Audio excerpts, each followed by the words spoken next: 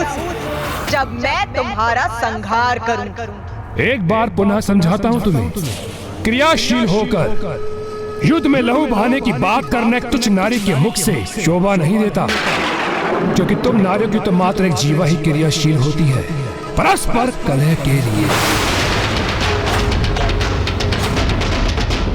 अब अधर्मी दुर्गमासुर का पाप कलश पूर्ण रूप से भर चुका है।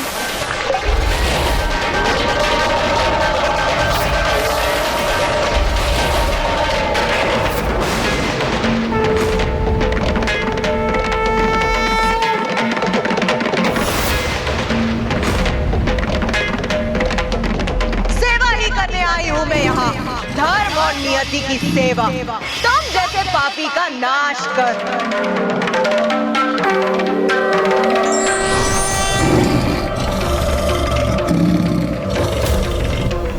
व्यर्थ में ही प्रतीक्षा कर रहा था, मुझे पूर्व में ही तुम्हारा वध कर देना चाहिए था। तुम्हारा वध! तुम्हारा वध!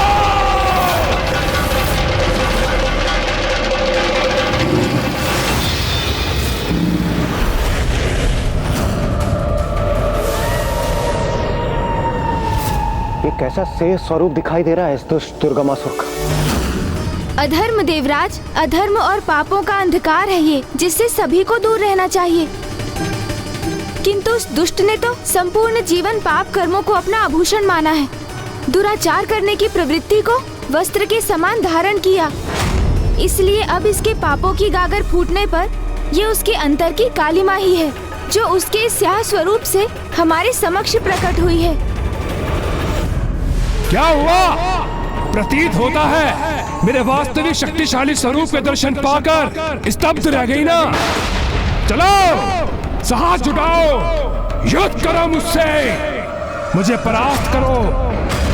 और यदि ऐसा करने में असमर्थ हो तो जाओ, लौट जाओ अपनी दुर्बल देव सेना को साथ लेकर, जो युद्ध करने के स्थान पर तुम्हारे पीछे एकमात्र मूक दर्शक बन के खड़े हैं। नहीं देवगण भैया, इसके इन दुर्वचनों पर हमारी कोई प्रतिक्रिया उचित नहीं, क्योंकि इसके इन शब्दों का उत्तर तो स्वयं माँ ही देंगी। गणेश, सर्वशक्तिशाली हूँ मैं, स्वीकार करो।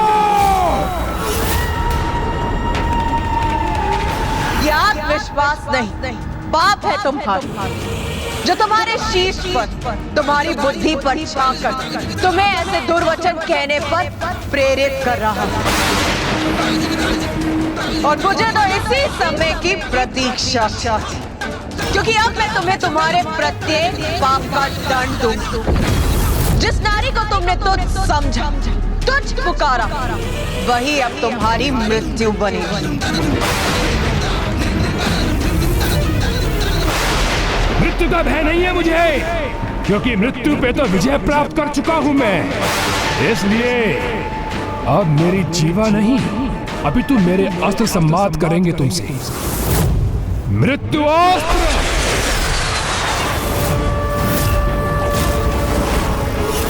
लो मेरे इस प्रहार को संभालो।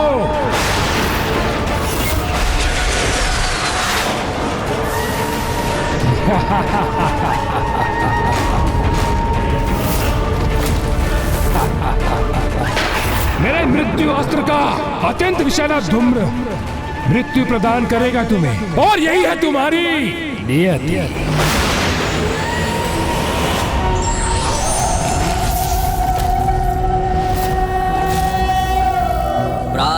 महाविद्या माता धूमावती कलिकया जापमाला जयंती मध्याह्ने प्रौढ़रूपा विकसित वदना चारुनेत्रा निशायां संध्यायां तृप्तरूपा गलितकुचयुगा मुण्डमालां वहन्ति स देवी देवदेवी त्रिभुवन जननी कालोकपातु युष्मा।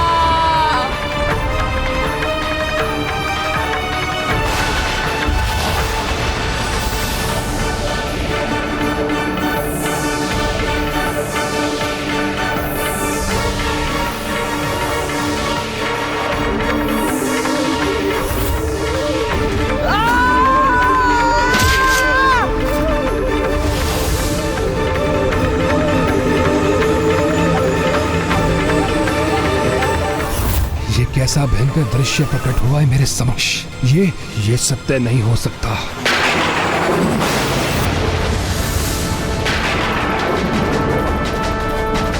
यही है तेरा अंतिम सत्य दुष्ट। तेरे मृत्यु अस्त्र के धूम्र में ही दिखाई दे गई ना तुझे अपनी मृत्यु। नहीं, ये मेरी मृत्यु नहीं, कोई माया है तुम्हारी जिससे तुम मेरा मनोबल तोड़कर युद्ध में पराजित होने के स्थान पर तुम मुझे ही मेरे मन में पराजित करने का प्रयास कर रही हो।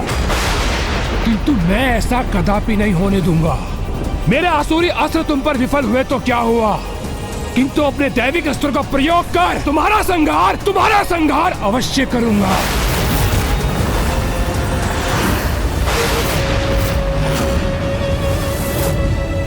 वायु अस्त्र, अग्नि अस्त्र,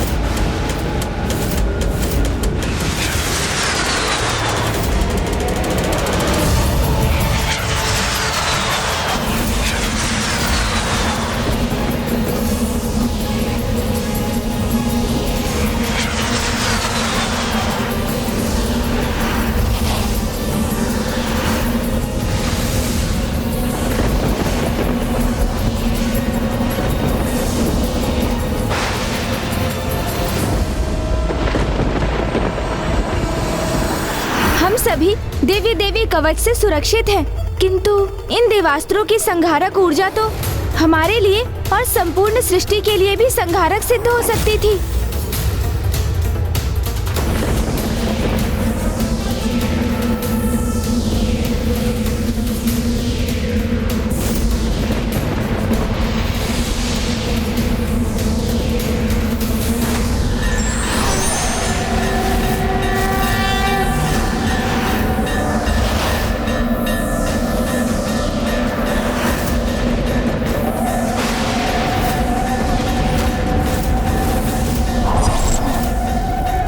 ज्वाला देवी अर्थात अग्नि और ताप की देवी।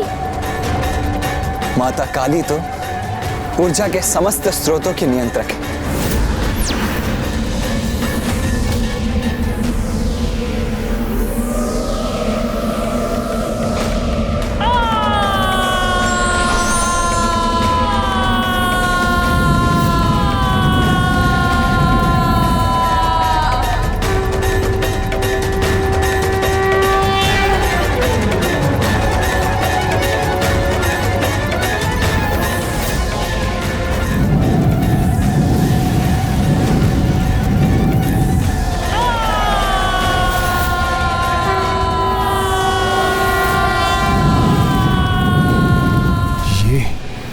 ये क्या हो रहा है?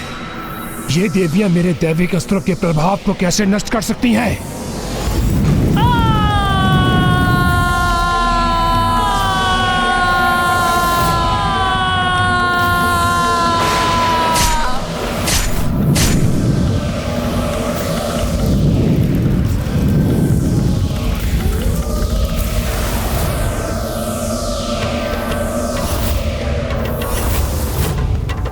ये तो माता ज्वाला ही है जो अग्नि अस्त्र को अपने उदर में समाहित कर उसे शांत कर सकती है। और माता काली वायु अस्त्र से उत्पन्न बवंडर को चीरकर आगे बढ़ने में सक्षम है। दुष्ट असुर, ये दैविक अस्त्र तेरे जैसे दुष्ट द्वारा प्रयोग किए जाने के लिए नहीं है।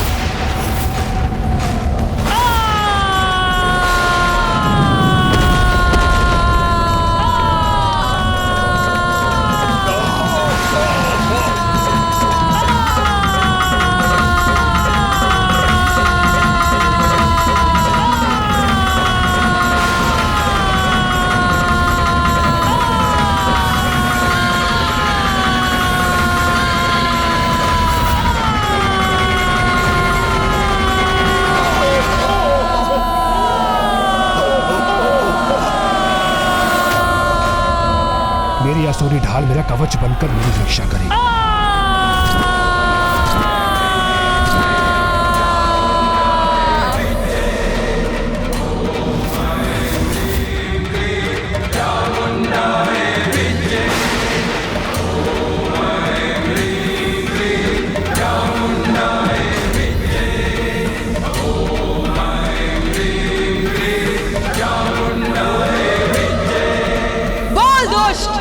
अंतिम सत्य अर्थात तेरी मृत्यु के दर्शन हुए तुझे?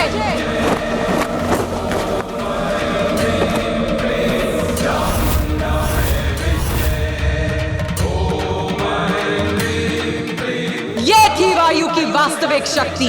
अब देख ज्वाला की शक्ति क्या करती है तेरे साथ।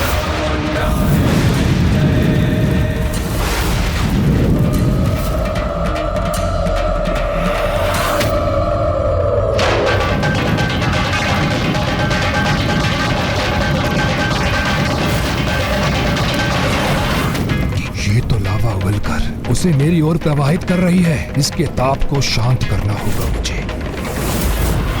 वरुण अस्त्र।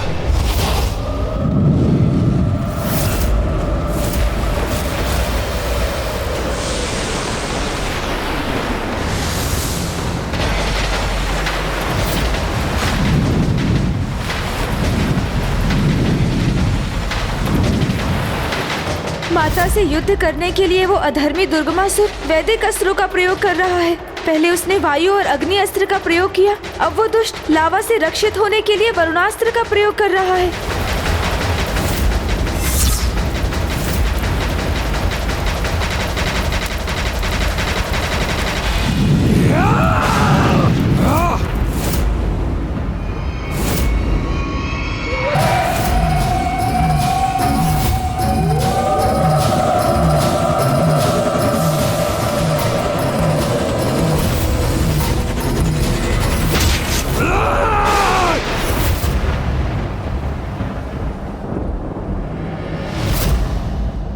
पुनः मुझे वो दृश्य क्यों दिखाई दिया?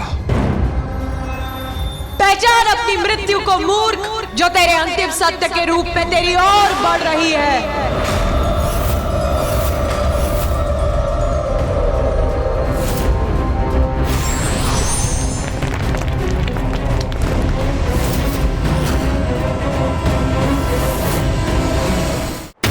तुम्हारा काल अपना मुख खोले, तुम तक पहुंचने ही वाला है।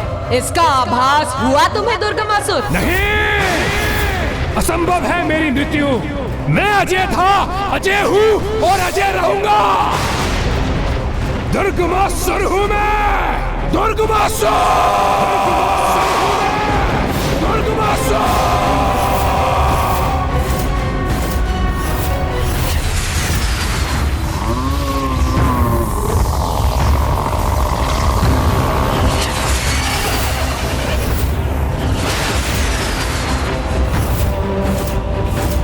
मेरे एक तो अस्त्रों से सुरक्षित होगी तुम देवी, किंतु मेरे समस्त दैविक अस्त्रों के प्रहार से स्वयं को नहीं बचा सकोगी।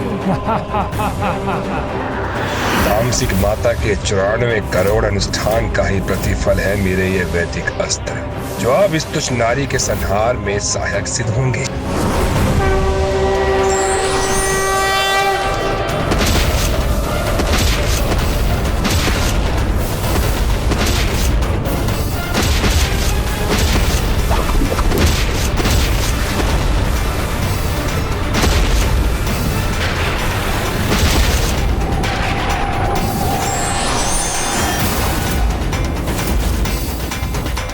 विश्वास नहीं होता, इन 9 देवियों ने उत्पन्न होकर मेरे समस्त दैविक अस्त्र नष्ट कर दिए। तुम्हारा वध तो मैं अवश्य करूंगा, अपने दैविक अस्त्रों से नहीं तो अपने असुरी अस्त्रों से तुम्हारा वध अवश्य करूंगा मैं देवी, अवश्य करूंगा।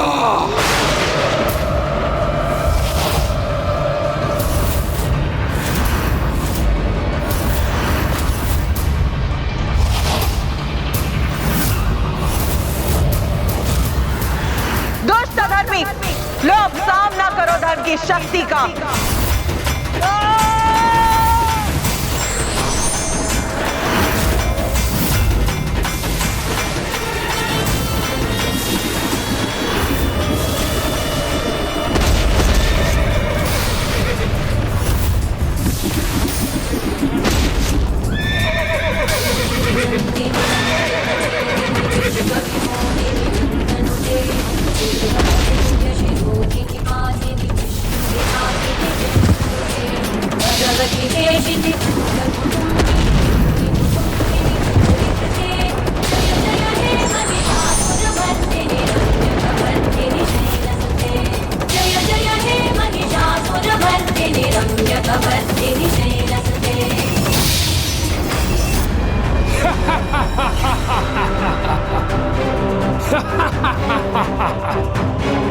अजय हूं मैं।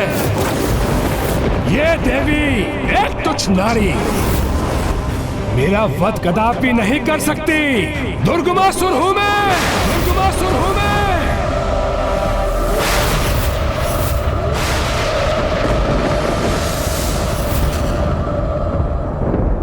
ये क्या? मेरा शीश मेरे तन से विलग होकर नीचे गिरा हुआ है। क्या दोष? अपनी मृत्यु दिखाई दी तुम्हें?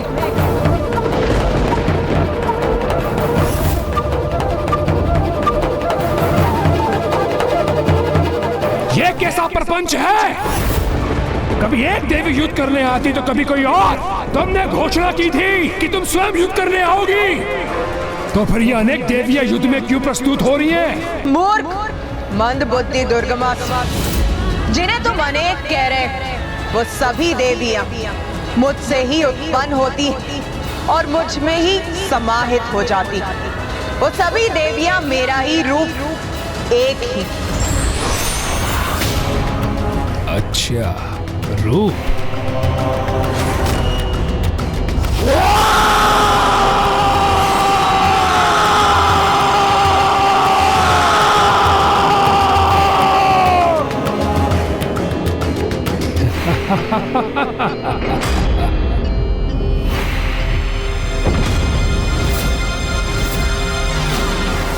मंद बुद्धि मैं नहीं, अपितु तुम हो देवी, जिसे यह भ्रम है कि तुम दुर्गमासुर की मृत्यु बनोगी। स्मरण करो, मैंने क्या कहा था?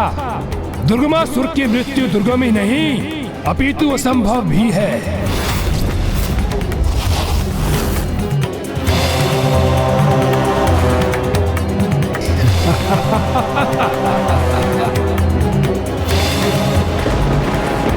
देखो मेरे सहस्त्र सशस्त्र हाथों को। जिस अनुष्ठान का सुझाव मुझे तुम्हारी एक सहयोगिनी से प्राप्त हुआ है, उसी से प्राप्त किए मैंने सहस्त्र हाथ।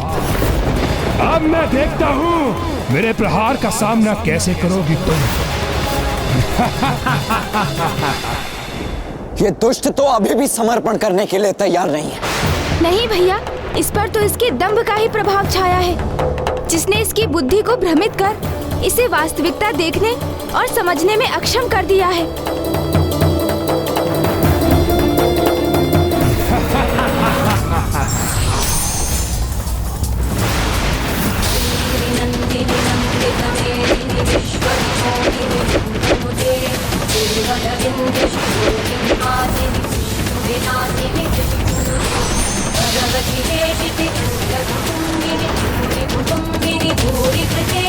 जय जय हे महिषासुरमर्दिनी रम्यकमर्दिनी शैलसुते। जय जय हे महिषासुरमर्दिनी रम्यकमर्दिनी शैलसुते।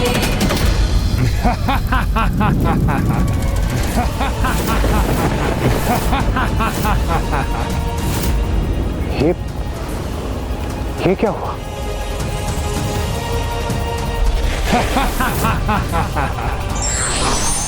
तुम कोई भी रूप धारण कर लो, मेरे अंगों को क्षति नहीं पहुंचा पाओगी।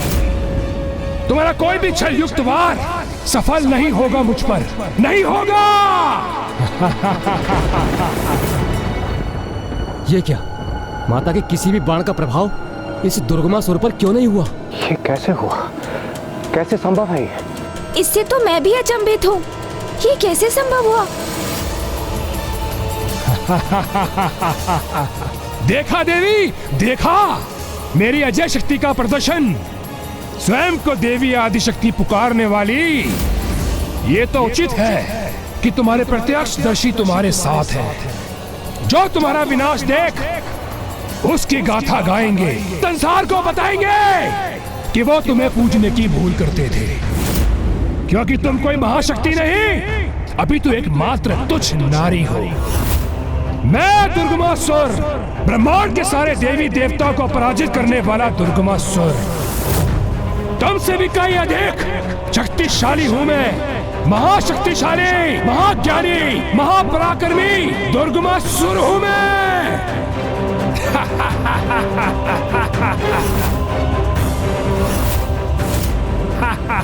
दुर्गमासुर हूं मैं। भैया हमें स्वयं को शांत रखकर इस विकट परिस्थिति के समाधान का विचार करना चाहिए। भैया, अभी भी कुछ अवश्य है जो इस दुष्ट की सुरक्षा कर रहा है।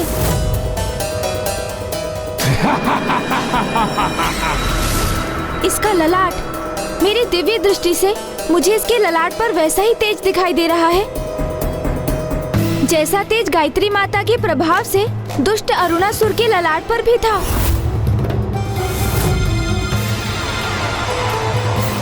इसके भीतर भी ज्ञान संचित है, किंतु ये कैसे संभव है? ज्ञान की देवी वेद माता का हरण किया था इसने,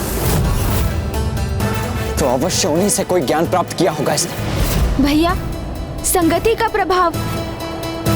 अर्थात ये भैया कि जैसे आप मेरी संगति में रहने के कारण इतने चतुर हो गए हैं कि आपने अपनी चतुराई से इसका रहस्य ज्ञात कर लिया, उसी प्रकार अवश्य वेद माता की संगति ही इसकी रक्षा का कारण बन रही है। उनके सानिध्य के कारण ही इसमें वेद का ज्ञान संचित हुआ है। वेद का ज्ञान? हाँ देवराज, इसलिए तो कहा जाता है कि अच्छी संगति में रहने का बहुत लाभ होता है, जिसका प्रत्यक्ष प्रमाण है ये दुष्ट असुर, जिसने ना चाहते हुए भी अच्छी संगति से ज्ञान तो अर्जित किया, किंतु उसका उपयोग ना कर सका, और तब भी वही ज्ञान इसकी रक्षा कर रहा है। माता को तो सब ज्ञात है, मुझे तो उनका ध्यान इस ओर आकृष्ट करने का माध्यम भर बनना है, जिसका एक ही उपाय है, उस मंत्र का उच्चारण जिसमें समस्त वेदों का सार निहित है।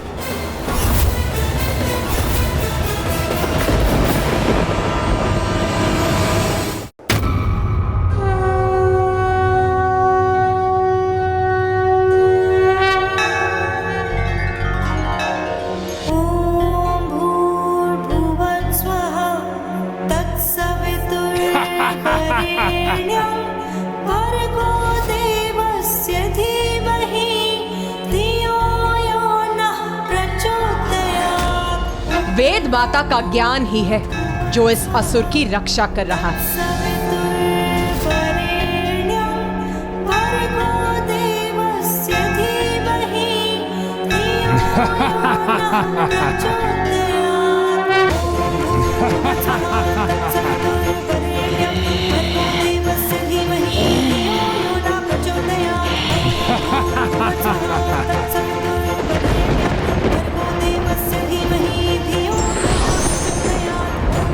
ओह, एक और अस्त्र।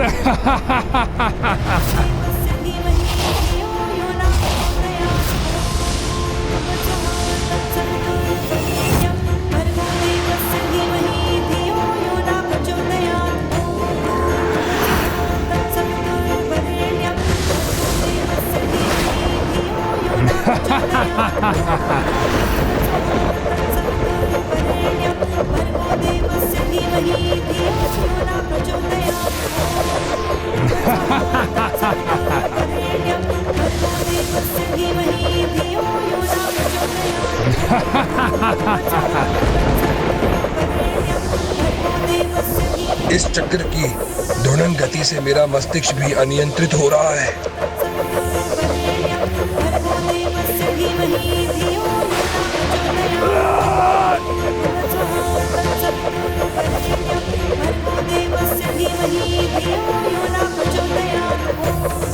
ये कैसी पीड़ा का आभास हो रहा है मुझे। अपार कष्ट हो रहा है मुझे, जैसे मेरा शीश विस्फोट होने जा रहा है।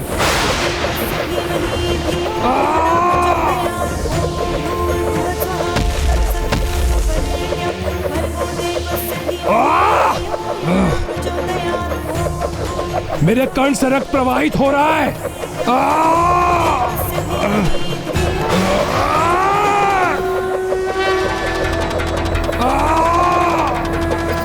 ये क्या? इस पापी दुर्गमासुर के शीश से ये उजला प्रकाश कैसे प्रकट हो रहा है? यही वो ज्ञान है देवराज, जो इसे सुसंगति से दान में प्राप्त हुआ था।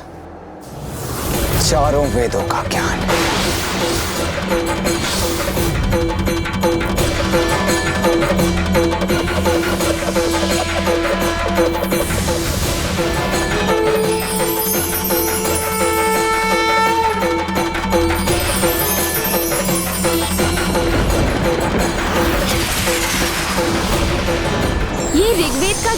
उत्सर्जित हुआ। अब यजुर्वेद का ज्ञान,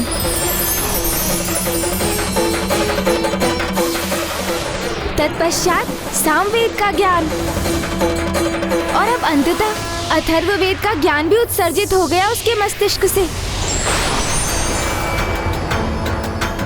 इतनी सहजता से किसी को ज्ञान प्राप्ति नहीं होती, किंतु तुम्हें हो गई। बलपूर्वक तुमने जिनका हरण किया, वेद की उन्हीं देवी की संगति से तुम्हें इस धर्म के ज्ञान को पाने का सौभाग्य मिला। किंतु तुम्हारे भीतर की बुराई ने तुम्हारे ज्ञान को कभी बढ़ने नहीं दिया, किंतु धर्म के इस ज्ञान ने फिर भी तुम्हारा साथ दिया और कवच बनकर सदा तुम्हारी रक्षा की। यह है उचित ज्ञान का महत्व, जो तुम जैसे मूर्ख अधर्मी कभी नहीं समझ सकते। किंतु अब तुम्हारा ये कवच तुमसे छिन चुका है, इसलिए अब तुम अपने सर्वनाश के लिए तैयार हो जाओ दुष्ट दुर्गमासुर।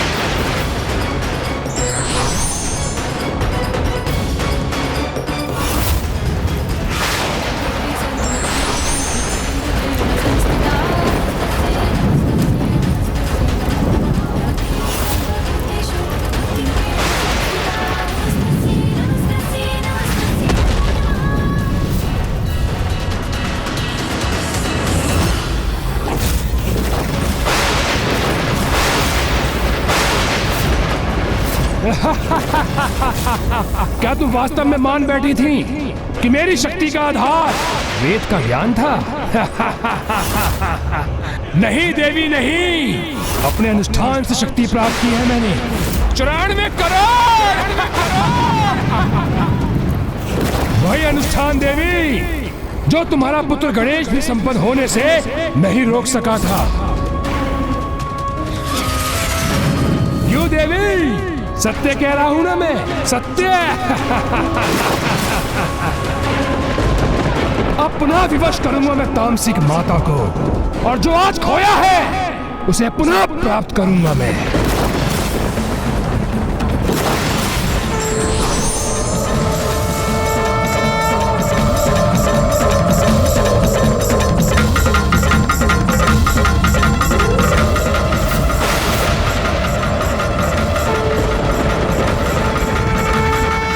इसी माँ ने तुझे सुझाव दिया था, आज मृत्यु प्रदान करेगी। जिस दिन व्यक्ति पर निंदा छोड़ निज निंदा करना आरंभ कर देगा, उस दिन से उसका पतन नहीं अपितु उत्थान आरंभ हो जाएगा।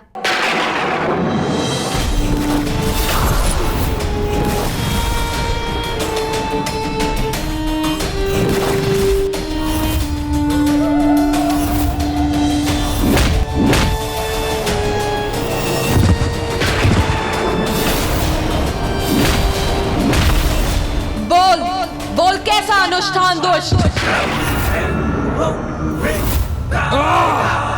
माता, अजय हूँ माता मैं। आपके कहने पर 94 करोड़ बार अनुष्ठान किया था मैंने।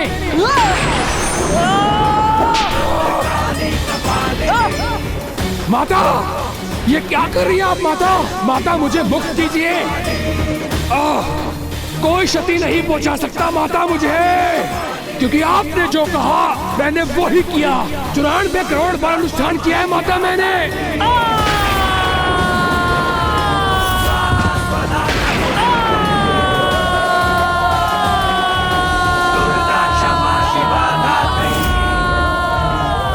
ये क्या कर रही हैं आप माता? आप मेरी आराध्य हैं और मैं आपका परम भक्त। इसके पश्चात भी आप मुझे प्रताड़ित कर रही हैं माता।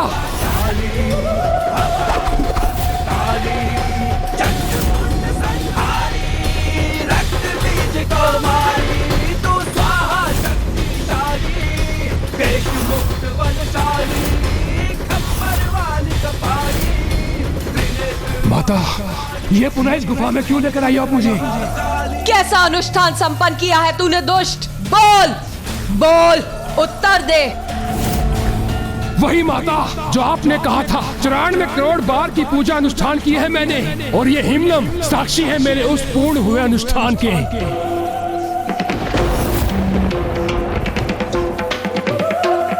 नहीं, ये नहीं हो सकता। ये हिमलम शेष कैसे रह गया? मैंने तो पूर्ण रूप से अनुष्ठान किया था। हाँ दुष्ट, चल अब वहां चल जहां तेरी नियति तेरी प्रतीक्षा कर रही है। चल। कैसा अनुष्ठान पूर्ण किया था तूने दुष्ट? 94 करोड़ बार पूर्ण नहीं कर सका था तू, और तुझे तेरे अनुष्ठान अपूर्ण रहने का कारण ज्ञात है।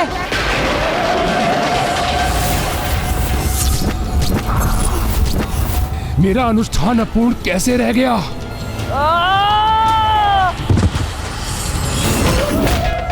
क्योंकि तू ये भूल गया था मूर्ख कि किसी भी पूजा में सर्वप्रथम पूज्य गणेश जी की पूजा अनिवार्य है। सर्वप्रथम पूज्य गणेश जी की पूजा अनिवार्य है, तभी वो पूजा सफल होती है। किसी भी शुभ कार्य के प्रारंभ से पूर्व की जाने वाली पूजा में सर्वप्रथम विघ्नहर्ता गणेश की पूजा अनिवार्य होगी। जो कार्य प्रथम पूज्य गणेश की अर्चना से प्रारंभ होगा वो अवश्य पूर्ण होगा। किंतु तूने तो उनका स्मरण भी नहीं किया मूर्ख। और नागों की प्रार्थना सुन, वो तुझसे नागों की रक्षा के लिए तेरी पूजा के लिए विघ्नकर्ता बने और तेरा अनुष्ठान असफल किया।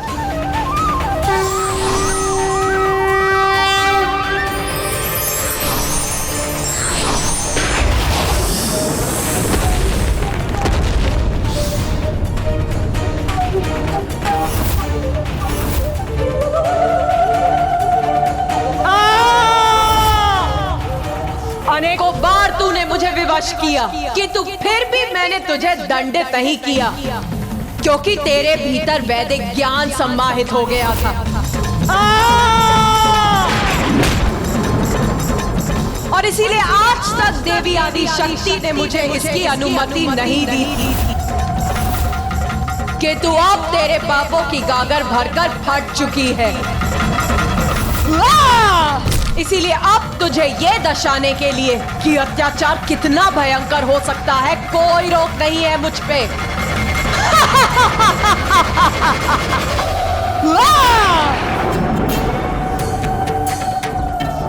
बहुत समझाया था तुझे।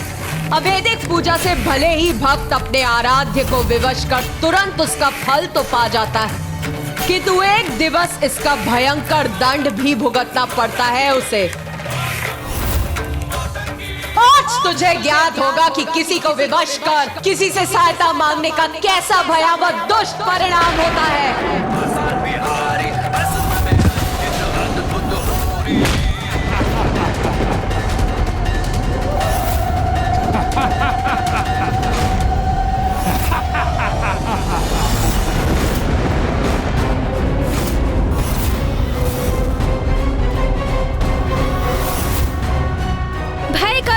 अधर्मी, उद्दंडता भरी हंसी मत हंसो।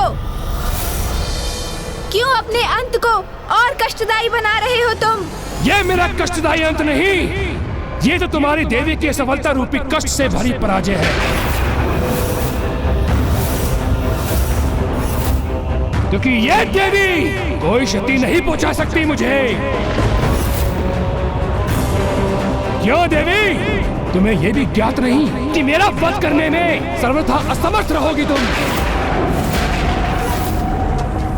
यदि इतनी ही शीघ्र अपने अंत के लिए तत्पर हो रहे हो तो तैयार हो जाओ पापी, तुम्हारा अंत निकट भी है और सुनिश्चित। नहीं, सुनिश्चित है तो बस यही कि मेरा वध कोई नहीं कर सकता, कोई नहीं। क्योंकि यहाँ कोई नहीं जिसने वर्षों तक अपनी पलकें न झपकाई हो।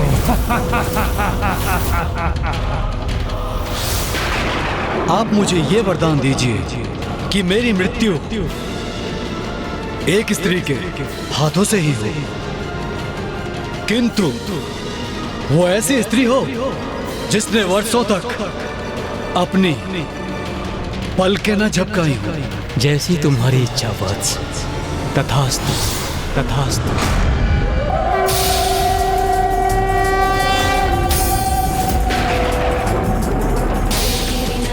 सूर्यास्त होने को है। अब इस दुष्ट का वध करने हेतु बहुत ही कम समय शेष है माता के पास। यदि ये आज भी शेष रह गया तो ज्ञात नहीं कि कल ये कौन सा नवीन संकट प्रकट करेगा। कदाचित पुनः अवैधिक पूजा कर तामसिक माता को विवश करेगा ही।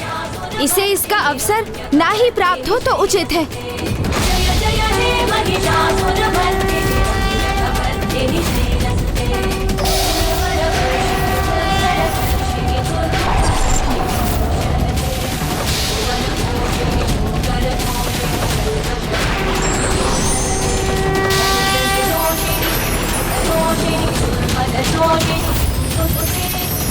ये भाई का प्रकाश कैसा है जिसे देखना भी मेरे लिए दोबार हो रहा है।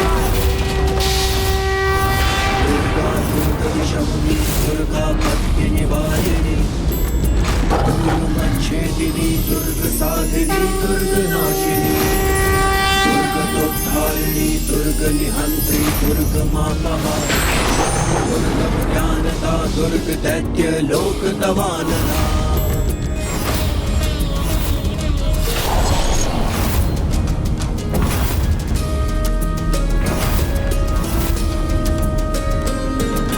दुर्गमा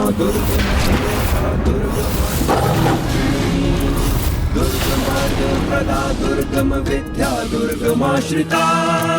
दुर्गम ज्ञान संस्थाना दुर्गम ध्यान वासिनी। दुर्गमोहा दुर्गमदा दुर्गमार्ग स्वरूपिणी। दुर्गमासुर सहंत्री दुर्गमायुधधारिणी। माँ अब अपना योद्धा रूप धारण कर रही हैं।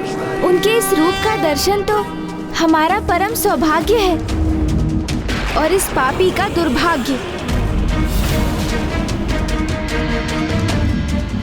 अब बस माता इस दुष्ट को सूर्यास्त के पूर्व नष्ट कर दे।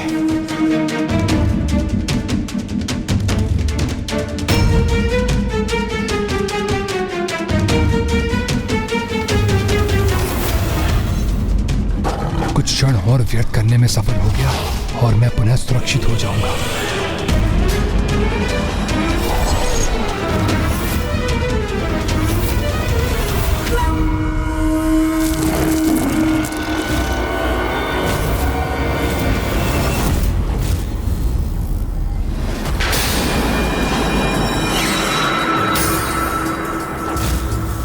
समय व्यर्थ कर रहा है ये दुष्ट। सूर्यास्त तक शेष रहना चाहता है जिससे इसे युद्ध में एक और दिवस की अवधि प्राप्त हो जाए।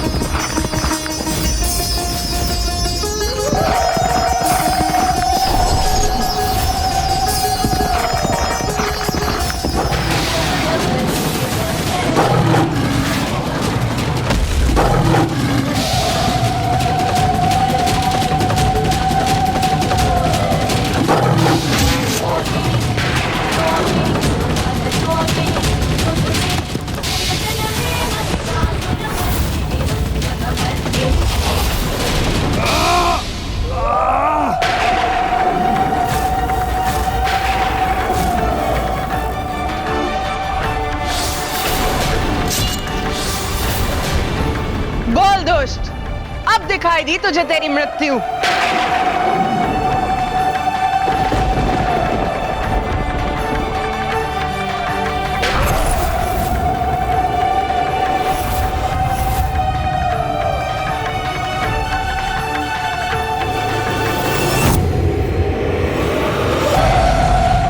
बस किसी प्रकार आज का सूर्यास्त देख लूं मैं।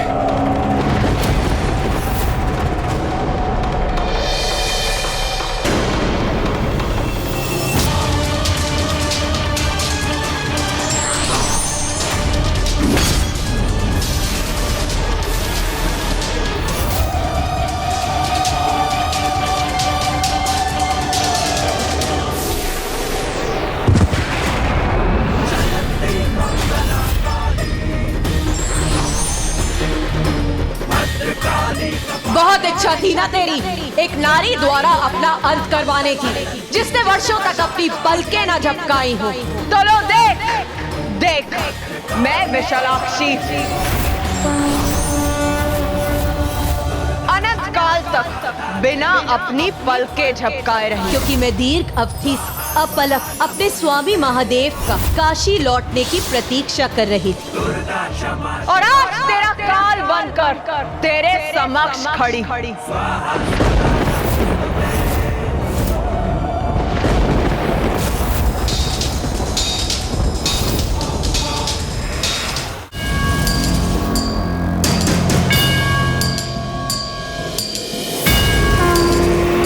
विशालाक्षी ने तो कभी अपनी पलकें नहीं झपकी। आज उन्हीं के हाथों उस दुष्ट की पलकें सदा सदा के लिए निस्पंद पड़ जाएंगी, बंद हो जाएंगी। देख दुर्गमासुर, देख मुझे दुर्गा रूप धारण कर तेरे समक्ष प्रस्तुत हूँ मैं।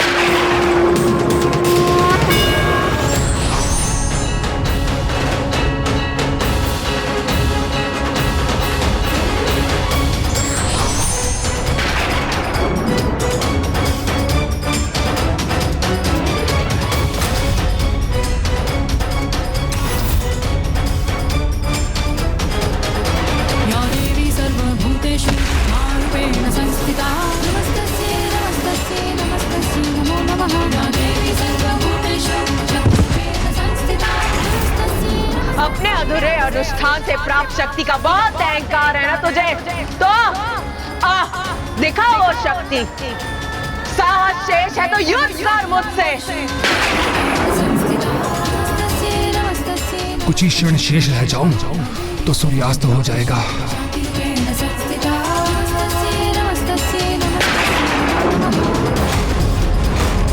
मुझे ज्ञात है ये दुष्ट अवश्य पुनः समय गंवाने के लिए कुछ करने ही वाला है।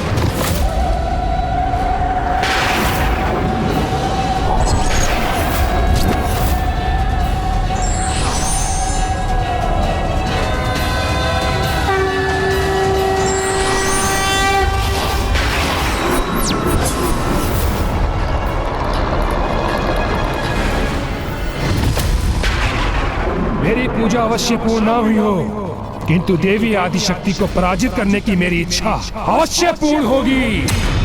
रस्सी जल गई किंतु बल नहीं गया, इसे ही कहते हैं अहंकार। आज तेरे साथ तेरे अहंकार का भी अंत होगा दुर्गमासुर। लो, मेरे सहस्त्र हाथों से सहस्त्र अस्त्रों से प्रहार होने का सामना करो।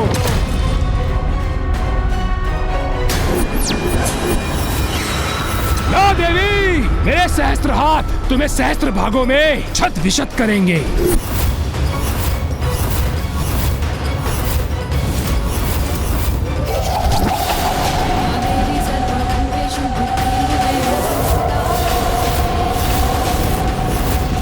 ये सहस्त्रों आकृतियां कहां से उत्पन्न हुई? ये क्या माया है?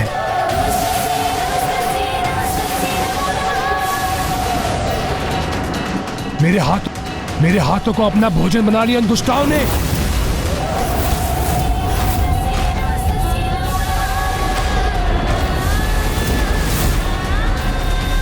और मेरे अस्त्र मुझ पर ही आ गिरे हैं। अब अपनी पराजय स्वीकार करेगा ये दुष्ट।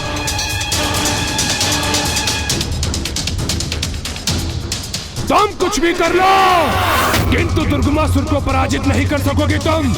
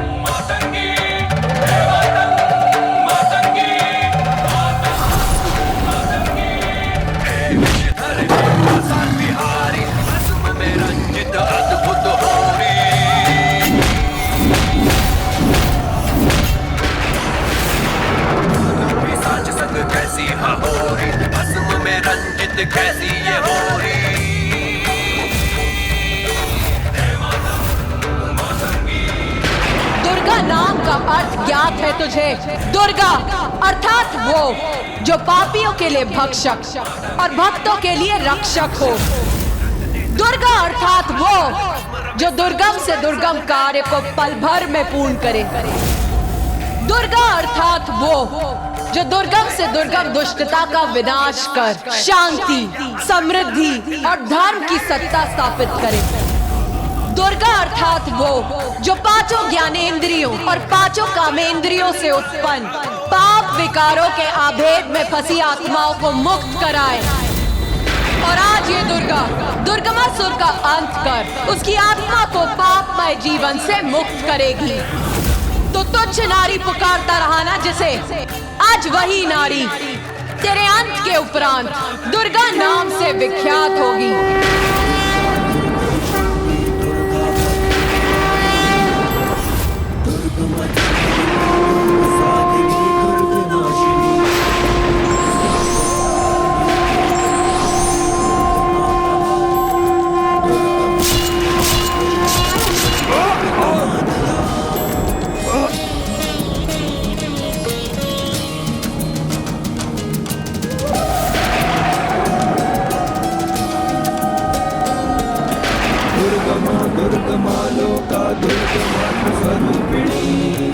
दुर्गमार्ग प्रदा दुर्गम विद्या दुर्गमाश्रिता दुर्गम ज्ञान संस्थाना दुर्गम ध्यान वासिनी दुर्गमोहा दुर्गमदा दुर्गमार्ग स्वरूपिणी दुर्गमा। देवी की घोषणा के अनुसार उनका ये रूप देवी दुर्गा के नाम से विख्यात होगा। वो देवी दुर्गा जो किसी भी दुर्गम कार्य को सुगम कर दे। जय मां दुर्गा, जय जय जय जय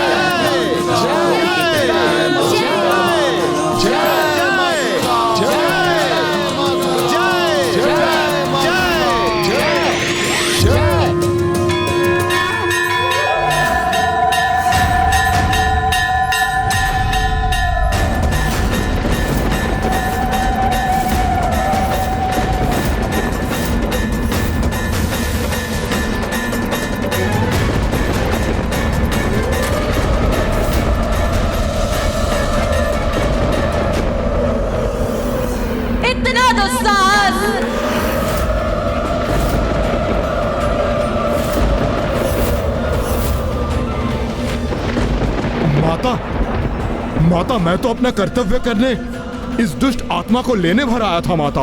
अब एक भी पग आगे मत बढ़िएगा यमदेव। क्या हो गया है माता को? वो अभी भी इतनी उग्र और अशांत क्यों प्रतीत हो रही है?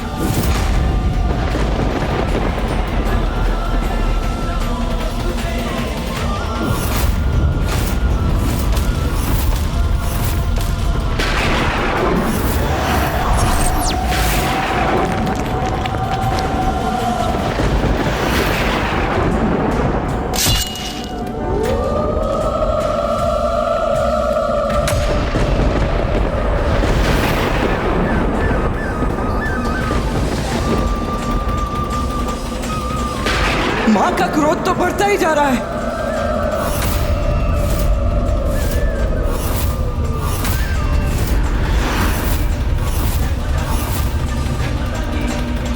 इससे पूर्व कि माता का क्रोध अपने चरम पर पहुंचे और कुछ अनर्थ हो जाए, माता के क्रोध को शांत करना होगा।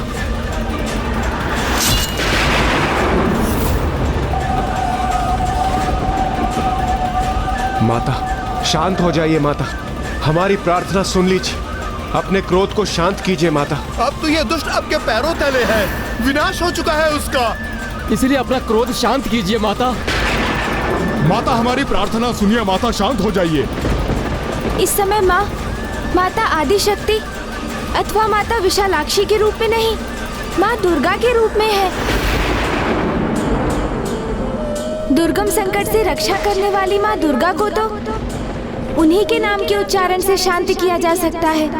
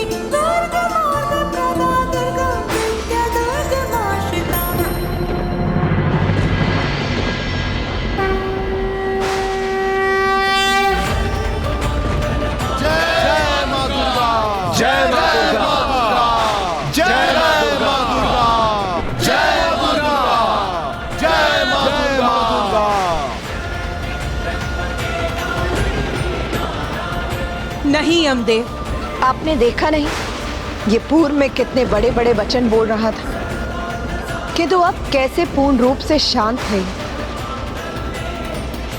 अर्थात अधर्म पथ पर चलने के लिए इसे प्रेरित करने वाले इसके प्रमुख अवगुण अहंकार का अब नाश हो चुका है।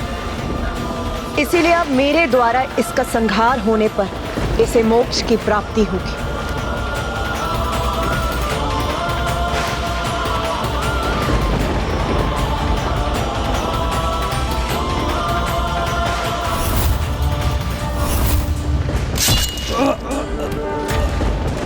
जय मां दुर्गा।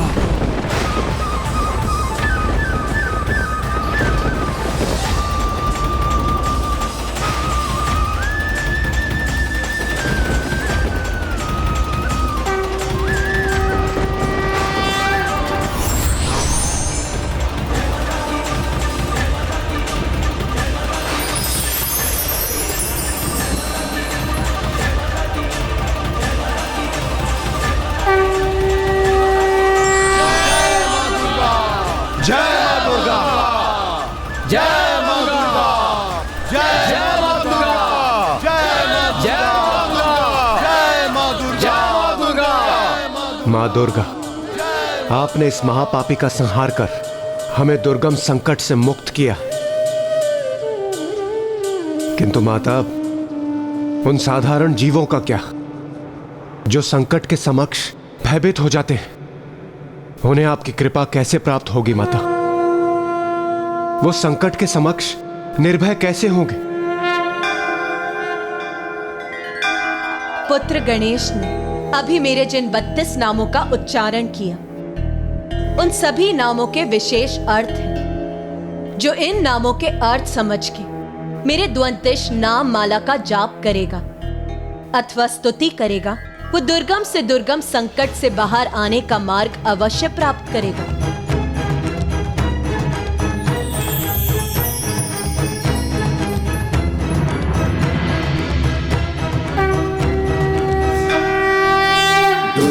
दुर्गति शमुनी दुर्गा पत्ति निवारिणी, दुर्गमच्छेदिनी दुर्ग साधिनी दुर्ग नाशिनी, दुर्गतोद्धारिणी दुर्ग निहंत्री दुर्ग मापहा, दुर्गम ज्ञानदा दुर्ग दैत्य लोक दवानला।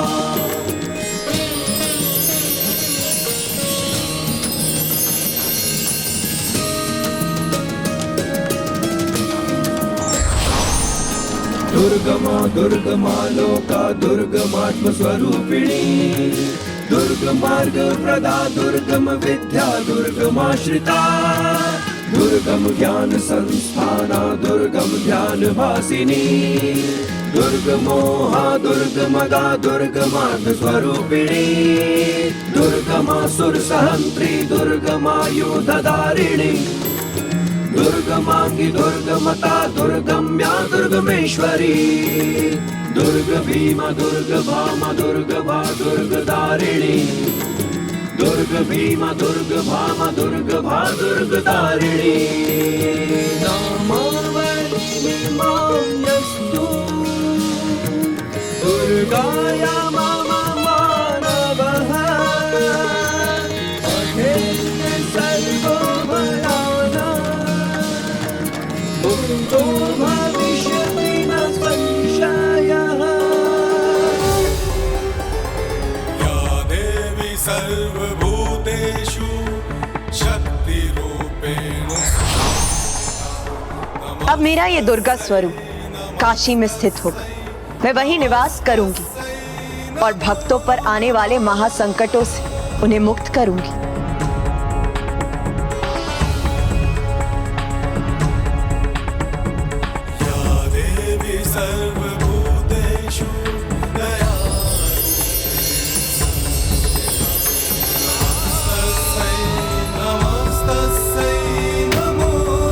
जिस प्रकार स्वयं के भीतर कस्तूरी होने के बाद भी हिरण सदा भटकता ही रहता है, उसी भांति मनुष्य भी स्वयं के भीतर स्थित वास्तविक ज्ञान को बहुत कठिनाई से ढूंढ पाता है।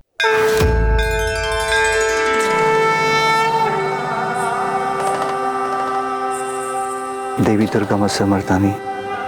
देवी दुर्गा, आज आपने दुर्गामासुर का वध कर पुनः प्रमाणित कर दिया कि जगत जननी अपने संतानों की हित के लिए सदैव सजग रहती है।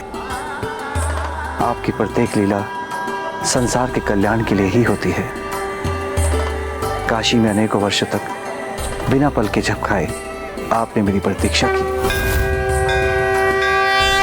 विशालाक्षी बनी। यदि आप ऐसा ना करती तो दुर्गामासुर का वध दुर्गम हो जाता। किंतु प्रिय, अब आपकी संतानें पुनः सुरक्षित हैं, इसलिए अब आपके कैलाश लौटने का समय आ गया है।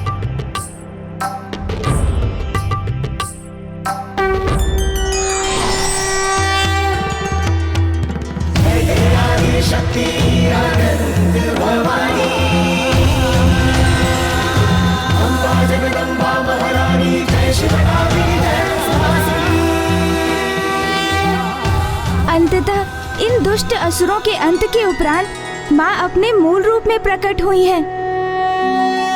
अर्थात अब ब्रह्मांड में सर्वत्र शांति स्थापित होगी और मुझे कैलाश में माँ के हाथों के मोदक खाने का सुख प्राप्त होगा भैया। अच्छा गणेश, असुरों की चिंता दूर होते ही तुम भोजन की चिंता में पड़ गए। चिंता तो होगी ना भैया, किंतु इस चिंता में इस बार मैं भी डूबा हुआ हूँ गणेश। मुझे भी माँ के हाथों के पकवान खाने की अत्यधिक लालसा हो रही है और मुझे पूर्ण विश्वास है कि कल कैलाश लौटते ही माँ हमारी ये इच्छा अवश्य पूर्ण करेंगी। ओह, तब तो बहुत आनंद आएगा भैया। और वैसे भी गणेश, कल तो माता का जन्म दिवस भी है। कल चैत्र शुक्ल पक्ष की नवमी और मृगशीरा नक्षत्र है। इसी तिथि की मध्य रात्रि में ही तो माँ ने जन्म लिया था।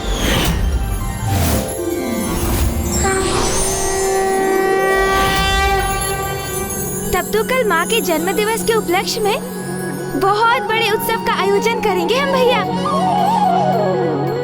भैया, अब तो मेरी इच्छा हो रही है कि हम भोर होने से पूर्व ही कैलाश पहुँच जाएं।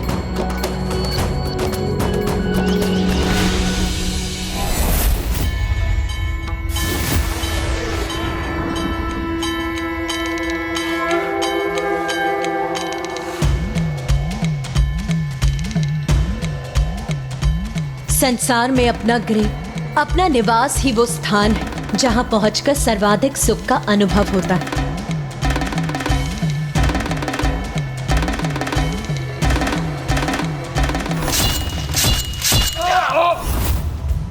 उस असुर के वध के समय माँ के मुख पर जितना क्रोध था, अब यहाँ कैलाश लौटकर उतनी ही आनंदित प्रतीत हो रही है वो। हाँ गणेश, और जब हम उन्हें उनके जन्म दिवस की बधाई देंगे तब तो और भी प्रसन्न हो उठेंगी माँ। किंतु भैया, आपसे पूर्व बधाई मैं दूंगा उन्हें। नहीं नहीं गणेश, बधाई माँ को तुमसे पूर्व तो मैं ही दूंगा।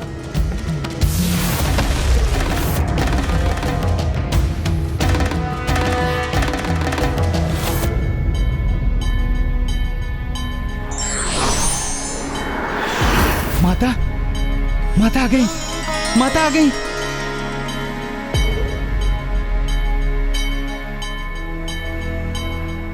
माँ, मुझे कुछ अत्यंत विशेष बात करनी है आपसे। माँ, आप मेरी बात सुनिए, क्योंकि वो तो उससे भी अधिक विशेष है।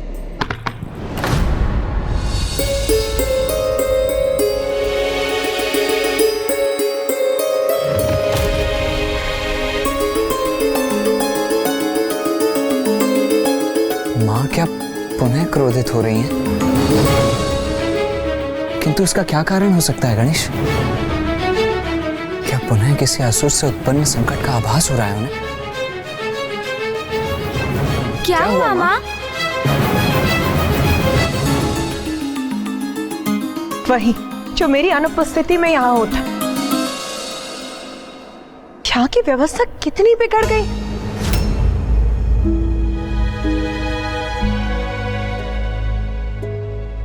ये क्या कह रही है माँ?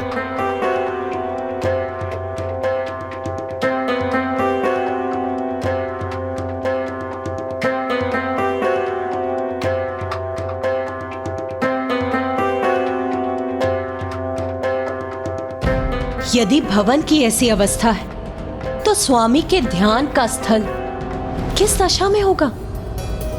इतने बड़े युद्ध में इतने शक्तिशाली असुर का वध करने के उपरांत अब अपने योद्धा रूप को त्याग एक कुशल गृहिणी का रूप धारण कर लिया है माता ने। और अब यहाँ की छोटी से छोटी अव्यवस्था भी उन्हें स्वीकार नहीं होगी भैया।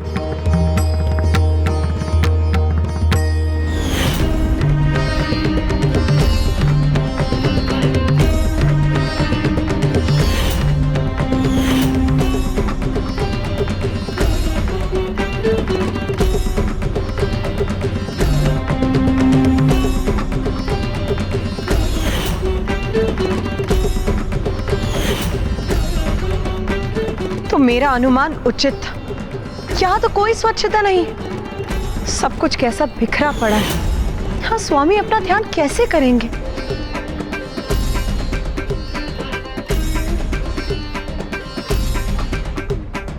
माता, हमने तो प्रभु के ध्यान स्थल को स्वच्छ करने का बहुत प्रयास किया था, किंतु हम आपके समान स्वच्छता कहाँ कर सकते हैं। और ये देखिए ना माता, आज के दिवस ही हमने इस स्थान को 3-3 बार स्वच्छ किया है। देखिए ना माता, देखिए ना माता, देखिए ना। हाँ, वो तो मैं स्पष्ट देख ही सकती।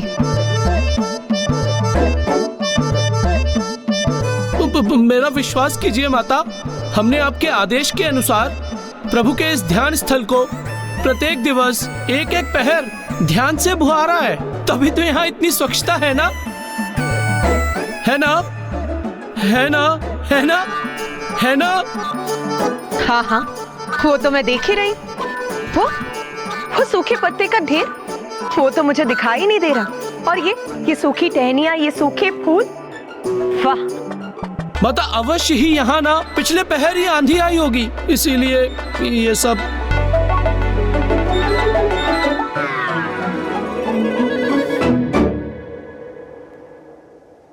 कोई बात नहीं नंदी जी, अब मैं आ गई हूं ना, अब मैं सब संभाल लूं।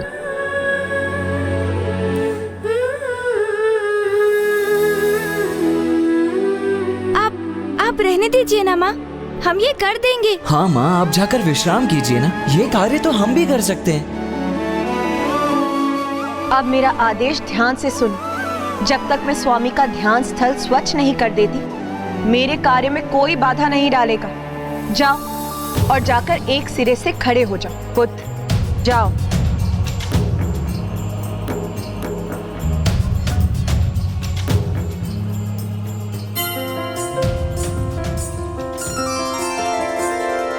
देवी जिसने चंड मुंड दानव संहारे, नारी बन के आज स्वयं घर को भी संवारे।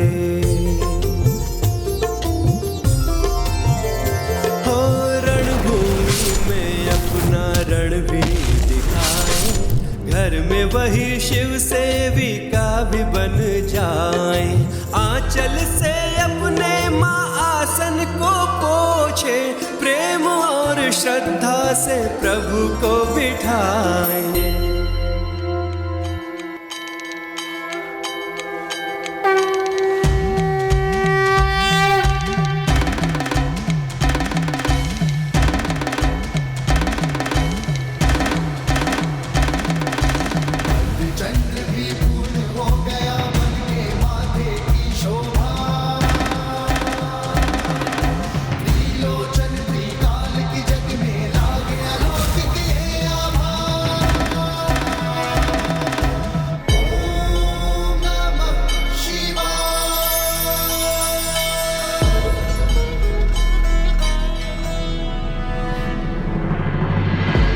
माँ का ये गृहिणी रूप देखकर ये कौन कह सकता है कि ये वही माँ दुर्गा भवानी है जो बड़े बड़े महाअसुरों का संहार करती है, जो कुपित होती है तो दानव दलों पर टूट पड़ती है, रण क्षेत्र में अधर्मियों का नाश कर देती है, तो वहीं दूसरी ओर अपने सौम्य रूप में एक कुशल गृहिणी बनकर परिवार के सभी जनों का ध्यान भी रखती है। अब एक ही स्थान पर ऐसे क्यों जड़ गए हो तुम दोनों? जाओ, जाकर शीघ्र तैयार हो जाओ, क्योंकि अब मैं तुम दोनों के प्रिय पकवान बनाने जा रही। कैलाश लौटते ही बिना एक क्षण विश्राम किए तुमने एक माँ और पत्नी का भी दायित्व संभाल लिया उमा। तुम्हारी प्रतीक्षा केवल मुझे ही नहीं, इस कैलाश को भी थी। तुम्हारा पुनः कैलाश में स्वागत है उमा। स्वामी, देवी पार्वती अपने गृहिणी रूप में उतनी ही समर्थ और कुशल है जितनी योद्धा रूप में। इसमें कोई आश्चर्य की बात नहीं, क्योंकि बहन किसकी है? तो अपनी बहन को उनके जन्म दिवस की बधाई देना ना भूलिएगा। मैं और देवी सरस्वती वहां जा रहे हैं, क्योंकि यदि हम उनकी श्रृंगार करने में सहायता नहीं करेंगे तो वो इसी प्रकार संपूर्ण दिवस गृहिणी का दायित्व निभाने में व्यस्त रहेंगी।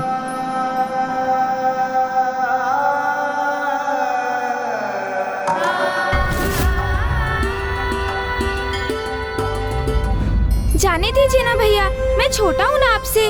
हाँ हाँ अनुज गणेश, मैं बड़ा हूँ तो ये अधिकार भी मेरा है।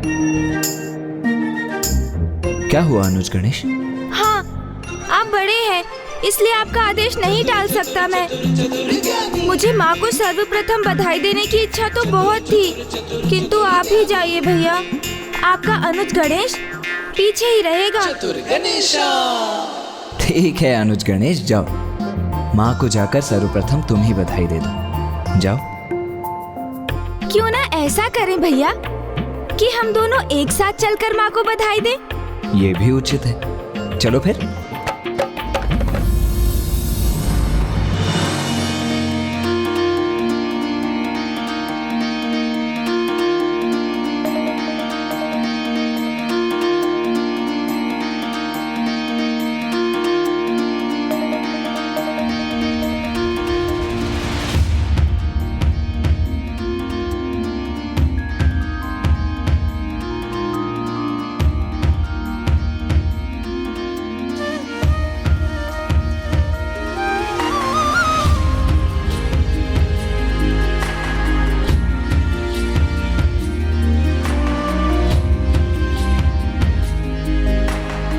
माँ तो यहाँ स्थित होकर भी पिताश्री की सेवा का ही विचार कर रही हैं भैया।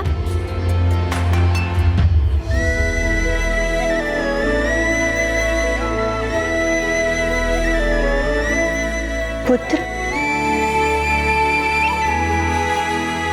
माँ, आप इतनी चिंतित क्यों प्रतीत हो रही हैं?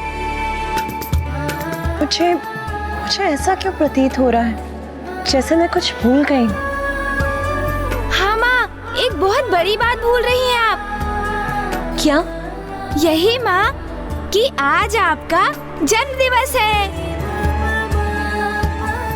किंतु हम नहीं भूले माँ, हमें याद था और इसीलिए हमने आपकी सर्वाधिक प्रिय गुड़ की खीर बनाई है। जन्म दिवस की बहुत बहुत बधाई हो माँ। मेरी ओर से भी आपको जन्म दिवस की बहुत बहुत बधाई माँ।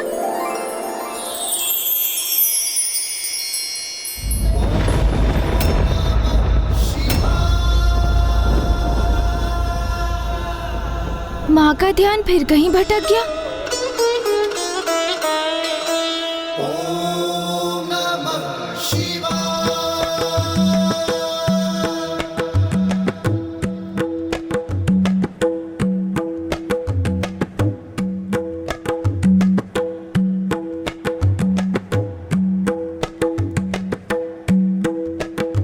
ये तो बहुत अच्छा हुआ कि बुआ जी और मामी जी भी माँ के जन्म दिवस के उपलक्ष्य में यहाँ आ गईं।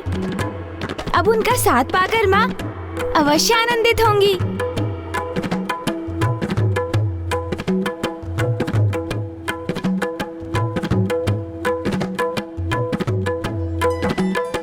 प्रणाम महादेव।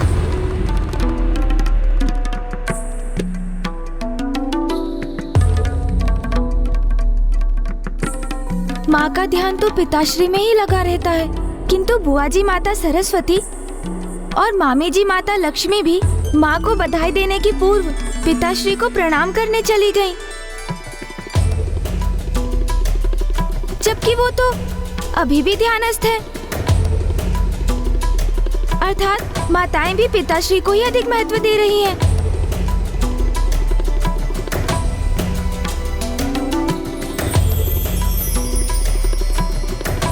प्रणाम बुआ जी। प्रणाम मामी जी। कल्याण हो पुत्र। पधारिए देवी लक्ष्मी, देवी सरस्वती। ये इतना सब कुछ क्या ले आई आप दोनों? देवी पार्वती, आज आपका जन्म दिवस है, तो हम दोनों उपहार के बिना कैसे आ सकती थी। मैं आपके लिए कुछ आभूषण लेकर आई हूँ और मैं वस्त्र।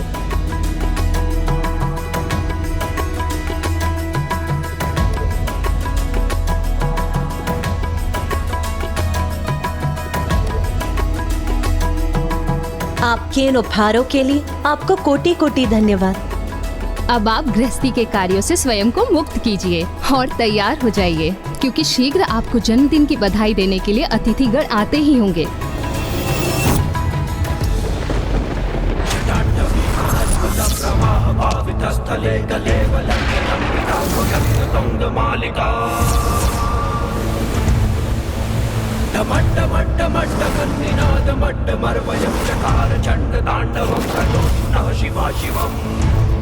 इसलिए आज आपका श्रृंगार हम दोनों करेंगी। किंतु माँ, उसके पूर्व खीर का तो स्वाद ले लीजिए। ये तो आपको अत्यंत प्रिय है ना?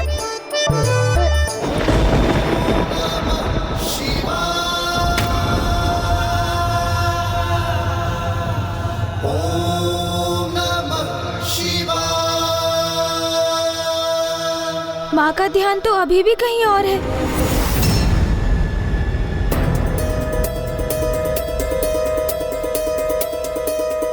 ये क्या? माँ अचानक इतनी विचलित होकर क्यों चली गई?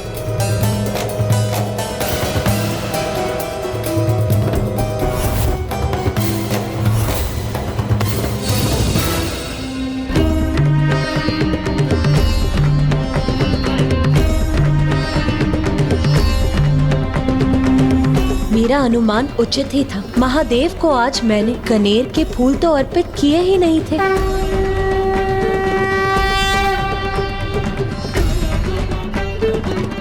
कनेर के ये पुष्प स्वीकार कीजिए स्वामी।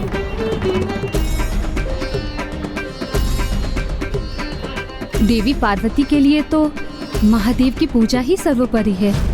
उन्हें एक पुष्प समर्पित करना क्या भूल गई वो? ऐसा प्रतीत हो रहा था जैसे स्वयं ही मुरझा गई हूँ।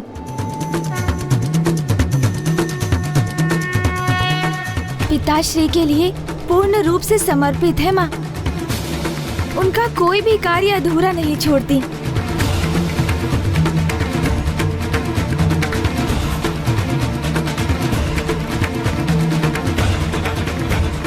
देवी लक्ष्मी, देवी सरस्वती, इस प्रकार अचानक चले जाने के लिए मैं आपसे क्षमा चाहती हूँ। वास्तव में स्वामी को धतूरे, अलसी, चमेली, हरसिंगार, बेल के साथ कनेर के पुष्प भी अति प्रिय हैं, जो मैं भूल गई थी, इसीलिए अब वहीं उनके निकट रखने गई थी। माँ, खीर।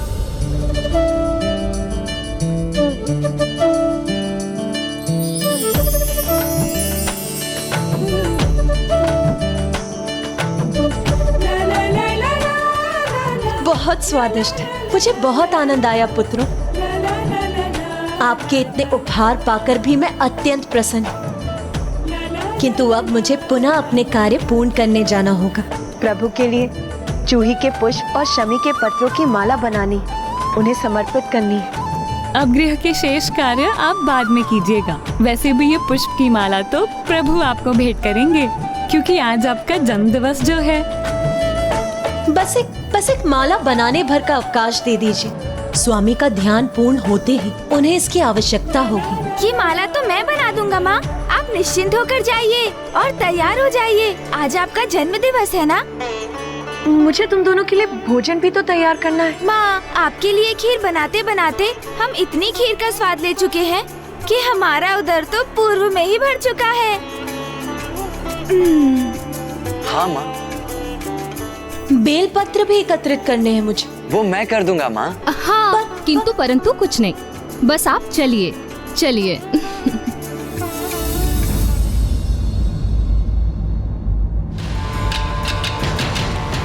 अब किस विचार में डूब गए अनुज गणेश? शीघ्र ही अतिथि यहाँ पहुँच जाएंगे। उसके पूर्व हमें कैलाश की सज्जा भी तो करनी है। भैया आप चलिए, मैं शीघ्र ही ये माला बनाकर आता हूँ।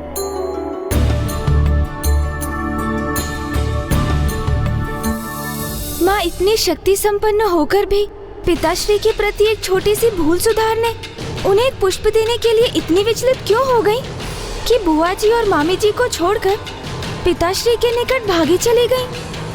माँ आदि शक्ति है वो, फिर भी पिताश्री को लेकर वो एक साधारण गृहिणी का ही आचरण क्यों करती है?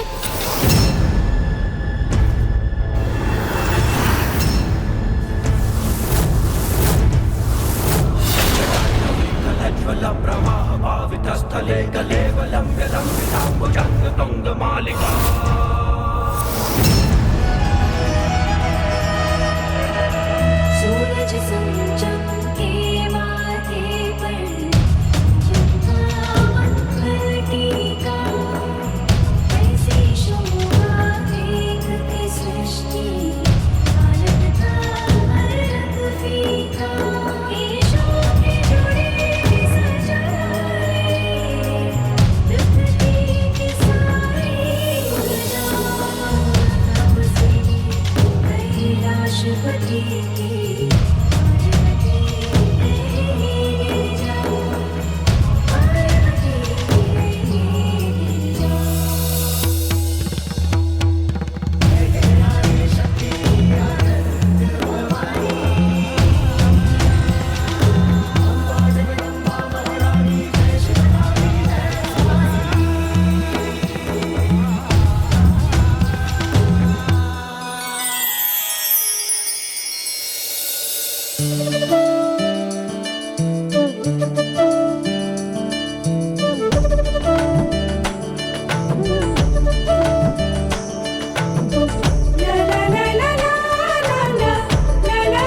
आप सभी शीघ्रता कीजिए, क्योंकि माँ के तैयार होकर यहाँ आने के पूर्व यहाँ सभी कार्य संपन्न हो जाने चाहिए, अन्यथा वो स्वयं इसी कार्य में लग जाएंगी।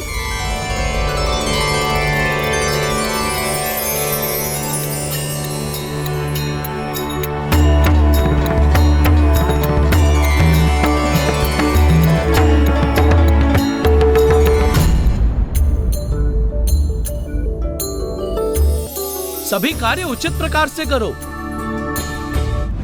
प्रणाम गणेश जी। ओह नंदी जी प्रणाम। अरे ये क्या कर रहे हैं नंदी जी, मार्ग दीजिए, मुझे अतिथियों के लिए लड्डू बाहर रखने हैं।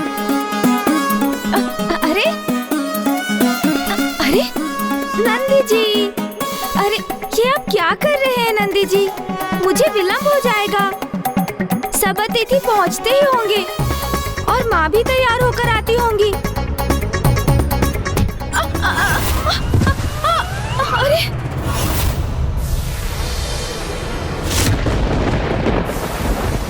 लीजिए, हो गया कल्याण।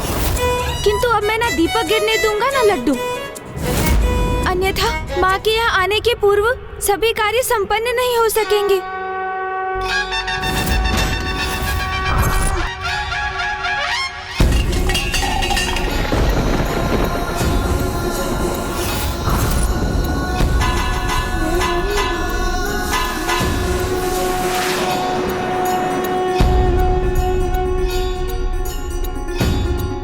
नहीं नंदी जी, आप वहाँ से मत हिलिए, मुझे इन्हें सुरक्षित स्थान पर पहुँचाने दीजिए। माँ के जन्म दिवस पर किसी भी प्रकार की अव्यवस्था नहीं होनी चाहिए। आज माँ के जन्म दिवस के उपलक्ष्य में कई अतिथिगण कैलाश की ओर आते होंगे।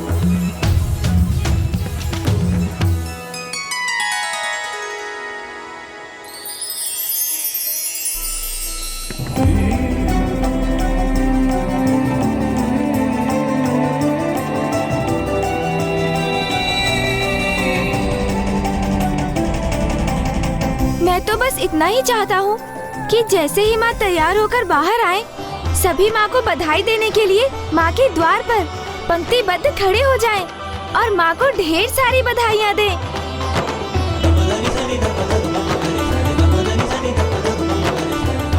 ये क्या, सभी देवगण भी माँ के जन्म दिवस पर भी सर्वप्रथम उन्हें बधाई देने के स्थान पर पिताश्री को ही प्रणाम करने के लिए पंक्ति में करबद्ध होकर खड़े हैं।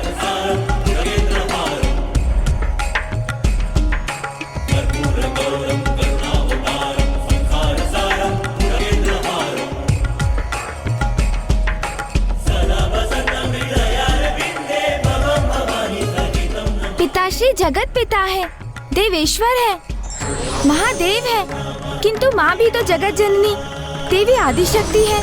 तो फिर सभी पिताश्री को उनसे अधिक महत्व क्यों दे रहे हैं? क्या कारण हो सकता है इसके पीछे? और माँ, वो भी पिताश्री की सेवा और पूजा को ही सर्वोपरि मानती है। दुर्गमासुर के वध के पूर्व भी उन्होंने 3 दिवसों के लिए पिताश्री की पूजा का प्रण लिया था। माँ संसार को अनेक विकट संकटों से रक्षित कर उसे संभालती है और पिताश्री तो अधिक समय ध्यानस्थ ही रहते हैं। फिर भी माँ एवं अन्य सभी पिताश्री को ही सर्वोच्च मानते हैं। जिस प्रकार सर्वप्रथम मेरी पूजा होने के पीछे एक कारण है, उसी प्रकार पिताश्री प्रभु महादेव के भी सर्वाधिक महत्वपूर्ण होने का भी कोई ना कोई कारण तो अवश्य ही होगा।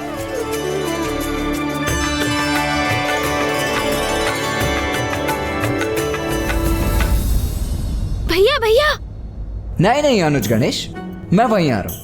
देखो अनुज गणेश, चाहे जो भी हो, माँ को पिताश्री की पूजा के लिए ये बेल पत्र तो मैं ही जाकर दूंगा। तुम कोई अन्य सेवा सोच लो। आपसे सेवा का अधिकार लेने नहीं आया हूँ मैं भैया, मैं तो बस अपनी किसी जिज्ञासा को शांत करने आए हो, है ना? तो पूछो अनुज गणेश, क्योंकि तुम्हारी प्रत्येक उलझन को सुलझाने में मैं तुम्हारा अग्रज ही तो तुम्हारा सहायक बनता हूँ, नहीं? संकोच मत करो अनुज गणेश, पूछो, क्या पूछना चाहते हो? भैया, पिताश्री तो अधिक समय ध्यान में ही लीन रहते हैं। संसार की रचना हो अथवा दुष्टों का संहार, उनकी अपेक्षा इसमें माँ का ही योगदान अधिक प्रतीत होता है। और मामा जी श्री हरि नारायण, सृष्टि के पालनहार, फूफा जी ब्रह्मदेव सृष्टि के सृजन करता है। फिर भी सभी पिताश्री को ही सर्वोच्च स्थान पर क्यों रखते हैं भैया?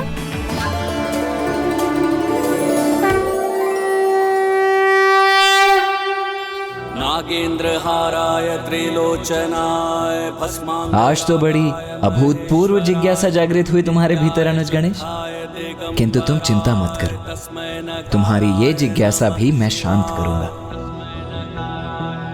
अनुज गणेश, पिताश्री एक ही स्थान पर ध्यान में स्थित अवश्य दिखाई प्रतीत होते हैं, किंतु वहीं स्थित रहकर भी संसार के समस्त क्रियाकलापों के संचालक वही हैं।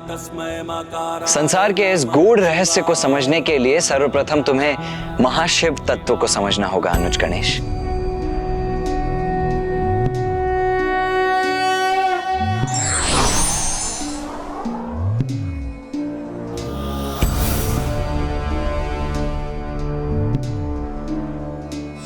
जब भी कैलाश में कोई उत्सव का क्षण आया है, कोई ना कोई संकट सदा ही उत्पन्न हुआ है। मेरे नामकरण के समय जो विघ्न मायावी रूप धरकर आया था, वो था दुष्ट सिंदूरा। माँ पिताश्री के पुनर्विवाह के समय भी विघ्न आया। उस शुभ घड़ी में जो दुष्ट कैलाश में अपना अधिकार स्थापित करने आया, वो था दंभासुर। तो क्या इस बार भी कोई मात्र पिताश्री के दर्शन करने नहीं, अपितु सृष्टि के लिए संकट बनने आ रहा है? स्थले कलेवलम्ब्य लम्बिताम्बुजंग तुंग मालिका।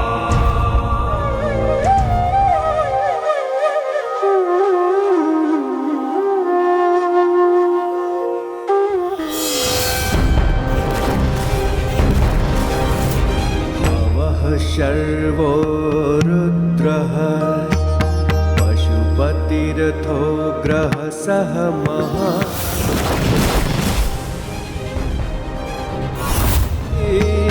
यदभिधानाष्टकमिदं अनुष्मिन प्रत्येकम् प्रविचरति देवश्रुतिरपि मे प्रणिहित नमस्योऽस्मि भवते।